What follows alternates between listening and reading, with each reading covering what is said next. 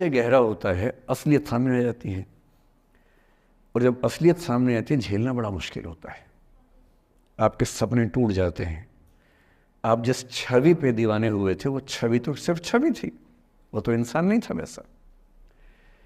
99% cases में मेरा ख्याल है कि अट्रैक्शन 1-2 महीने में समाप्त होता है। उसके बाद तो एक बोझ है जो आप ढो रहे हैं।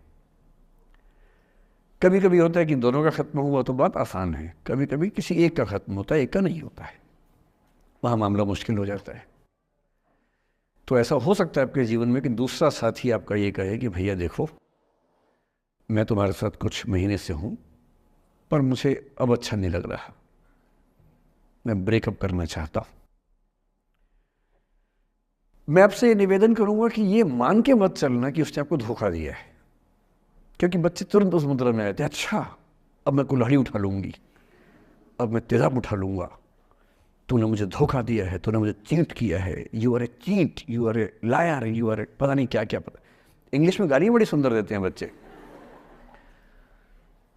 मैं ये कहना चाह रहा हूं कि इस बात की संभावना मान के चलिए कि हो सकता है कि आपके साथ 2 महीने रहने के बाद सच में उसको ये लग जाए कि आपके साथ ट्यूनिंग ठीक नहीं है, या आपको लग जाए कि आपकी ट्यूनिंग उस व्यक्ति के साथ ठीक नहीं है।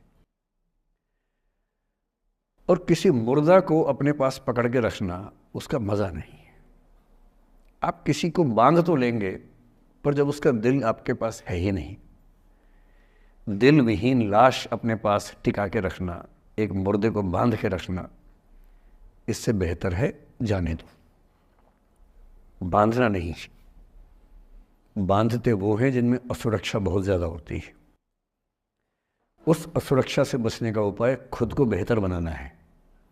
आप इतने बेहतर हों कि आपको चाहने के लिए हजारों लोग हों। क्यों आप इतना डिपेंडेंट होते हैं कि इस एक व्यक्ति के अलावा मेरा कोई है ही नहीं दुनिया में? ऐसा क्यों सोचना है? और ऐसे ही मामले में ये करना है वो अफसाना जिसे अंजाम तक लाना ना हो मुमकिन, उसे एक खूबसूरत मोड़ देकर छोड़ना अच्छा। और ये खूबसूरत मोड़ कैसे होगा? अगर कोई जाना चाह रहा है तो आपके पास 3 ऑप्शंस हैं। एक, ना उसको अच्छे से बात करे ना खराब से बात करे, न्यूट्रल होके जाने दे। एक, उसको धमकी दे, बर्बाद कर दूंगा, छोड़ूंगा नहीं, तो निकल के देख घर से, तेरे एड्रेस पता करवा लूंगा, मेरे साथ 50 दोस्त हैं, मेरे सारे आवारा हैं, सारे बेरोजगार हैं, सारे कुंठित लोग हैं, सारे गुंडे मवाली हैं, उनका धंधा यही है, तेरे पीछे छोड़ दूंगा सबको। एक ही तरीका है। और तीसरा ये कि ठीक है यार, ऑल द बेस्ट, जा सिमरन जा, जी ले अपनी जिंदगी। अरे ठीक है, हो सकता है मैं तुझे ठीक नहीं लगा, कोई बात नहीं, लेकिन किसी से मिलो तो बढ़िया से मिलना, तेरी ज़िंदगी अच्छी हो। मैं भी ढूंढ ही लूँगा किसी न किसी को, थोड़ी हेल्प कर दियो, कहीं इंट्रो करवा दियो मेरी भी, लेकिन ठीक है तू भी जा। ये होता है खूबसूरत मोड़ देकर छोड़ना अच्छा। चिपकू नहीं बनना है किसी के पीछे, ना बोरा जाना है कि तुम जाओ, मैं तो दीवाना, स्थाई दीवाना हूँ तुम्हारा। कोई जब तुम्हारा हृदय तोड़ दे, तड़पता हुआ जब तुम्हें छोड़ दे, तब तुम मेरे पास आना प्रिय, मेरा दर खुला है, खुला ही रहेगा तुम्हारे लिए। वाह! पहले के ज़माने में बेरोज़गारी का ये लक्षण था। हम जब छोटे थे ये गाने सुनते थे, हम ये सुन के बड़े हुए कि ऐसे ही करना पड़ता है शायद प्रेम में। तो हमारे स्कूल में लोगों ने इसका पैरोडी बनाई। जब कोई तुम्हारा सर फोड़ दे, तड़पता हुआ जब तुम्हें छोड़ दे, तब तुम मेरे पास आना प्रिय, ये क्लिनिक खुला है, खुला ही रहेगा तुम्हारे लिए, तो बस आ जाना। जब कोई तुमको सड़क पे छोड़ दे, गाड़ी अपनी वहाँ से मोड़ ले, तब तुम मेरे पास आना प्रिय, ये ठेला खड़ा है, खड़ा ही रहेगा तुम्हारे लिए। क्यों भाई, क्यों खड़े रहोगे? बेरोजगार हो क्या? अरे ठीक, जा सिमरन जा, जी ले, और मैं भी जा रहा हूँ जीने के लिए। ये दीवाना नहीं बनना है कि तुम मतलब मुझे ना चाहो तो कोई बात नहीं, किसी और को चाहोगी तो मुश्किल होगी। अजीब हाल है यार। तुम ठेकेदार हो कि तेरा ठेका मेरे पास है, नहीं तो किसी के पास नहीं है। अजीब हाल है। अरे ठीक है भाई, उसकी ज़िंदगी है, जीने दो उसको। क्यों किसी की ज़िंदगी में इतना हावी होने का प्रयास करना है? जब आप नहीं चाहते कि आपकी ज़िंदगी में कोई हावी हो, आप क्यों किसी की ज़िंदगी में इतने हावी होंगे? और जब बहुत दर्द हो ना, हमेशा दूसरे के पर्सपेक्टिव से भी सोच के देखिए कि उसको ऐसा क्यों करना पड़ा, क्या पता कोई मजबूरी हो, कभी कभी होती है। मैं बुद्ध की मजबूरी सोच के परेशान होता हूँ कई बार, और फिर मैं सोचता हूँ कि काश यशोधरा जैसा व्यक्तित्व सबका होता। बुद्ध की रियल कहानी क्या है शायद किसी को नहीं पता। मैं जिस कहानी की बात कर रहा हूँ, मैथिली शरण गुप्त नाम के एक बड़े प्रसिद्ध कवि ने यशोधरा नाम की पुस्तक में वो कहानी लिखी है, भूमिका में जिक्र किया। बुद्ध बचपन से ही थोड़े से वैरागी किस्म के व्यक्ति थे। उनकी कुंडली देख के एक ज्योतिषी ने बताया भी था। माता पिता बहुत परेशान थे, शुद्धोदन उनके पिता का नाम था। माता पिता ने बहुत कोशिश की कि इस बच्चे का मन विरक्त न हो। अच्छा महल बनवाया, सारी सुविधाएं दी। जैसे ही बुद्ध थोड़े से किशोरावस्था में आए, उस समय की दुनिया की सबसे खूबसूरत महिला से, लड़की से, यशोधरा से उसकी शादी करवा दी। यशोधरा के पिता ने काफ़ी एग्ज़ाम लिए बुद्ध जी के, वो सारे एग्ज़ाम में पास हुए, तब जाकर शादी हुई, ऐसे नहीं हुई। शादी हुई तो बुद्ध भी ठीक था, रमे रहे उस जीवन में। बेटा हुआ उनका राहुल।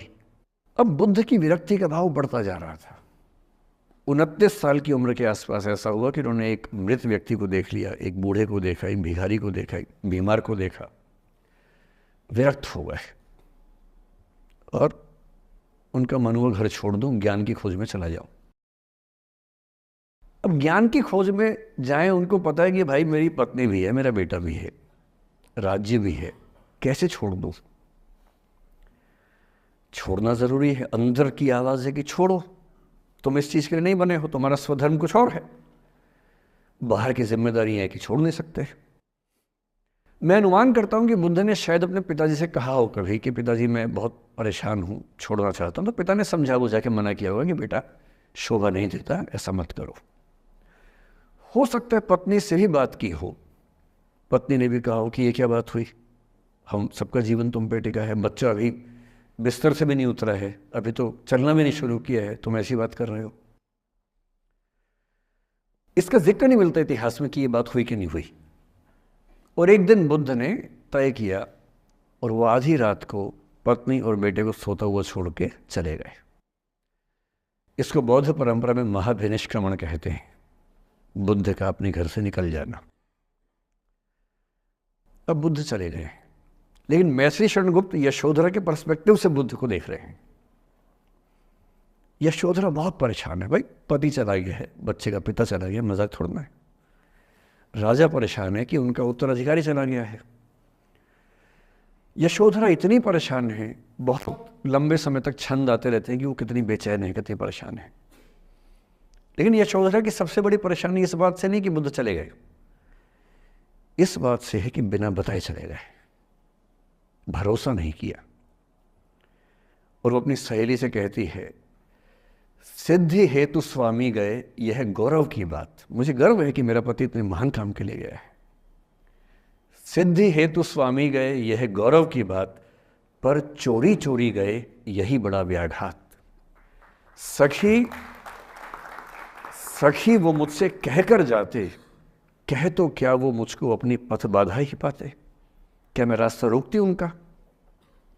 उसके मन में ये मलाल है कि बिना बताए चले गए। वो इस भाव को लेट गो नहीं कर पा रही है, परेशान है। फिर बुद्ध को ज्ञान मिला 6 साल की तपस्या के बाद, बोधगया में बोधि वृक्ष के नीचे ज्ञान मिला। बात फैल गई। जो 5 शिष्य बुद्ध को छोड़ के भाग गए थे उनके बुरे वक्त में, उन्हीं 5 को बुद्ध ने सबसे पहले ज्ञान दिया सारनाथ में, जिसको धर्मचक्र प्रवर्तन कहते हैं। बुद्ध की ख्याति बढ़ने लगी।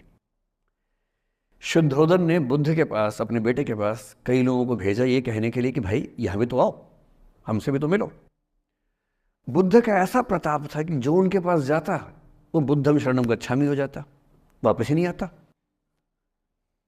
तो फिर शुद्धोदन ने बुद्ध के बचपन के एक दोस्त को ये कह के भेजा, भैया मैं जानता हूं तुम वापस नहीं आओगे, पर प्रभावित होने से पहले बोल देना कि पापा याद कर रहे थे। तो वो गया, उससे वायदा निभाया, हो तो गया, बुद्ध के संग में दीक्षित हो गया, पर वायदा निभा दिया। तो बुद्ध ने कहा जरूर जाऊंगा, पिताजी की आज्ञा है तो जाऊंगा ही जाऊंगा। बुद्ध पहुंचे अपने कपिल वस्तु, जो अपना इलाका था, वहां पहुंचे।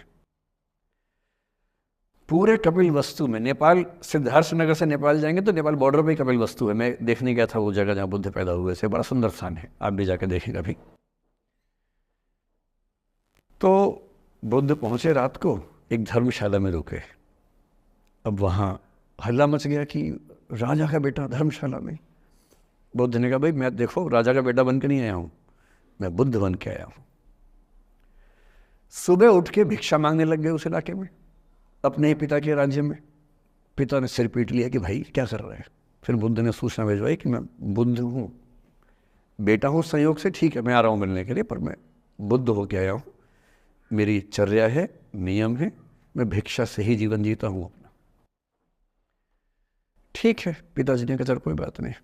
फिर बुद्ध गए पिता से मिलने, पिता से मिले, सबसे मिले, भरी सभा में। लेकिन यशोधरा नहीं आई मिलने के लिए, लेट गो नहीं कर पा रहे थे।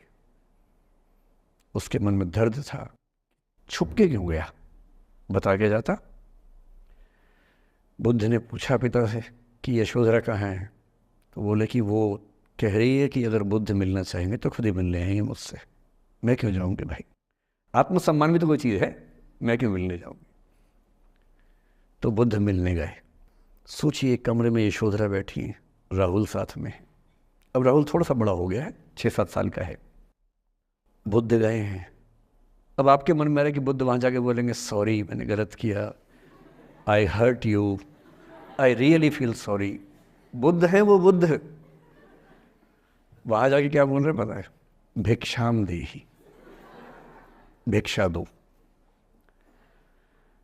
और यशोधरा कितनी महान महिला रही होगी, उसने अपने बेटे का हाथ बाप के हाथ में दे दिया। लेट गो का इससे महान उदाहरण दुनिया के इतिहास में नहीं है कि चलो आखिर तुमने आके झुक के कुछ मांगा तो सही। उसकी जितनी ईगो थी, अहंकार था, सब विगलित हो गया।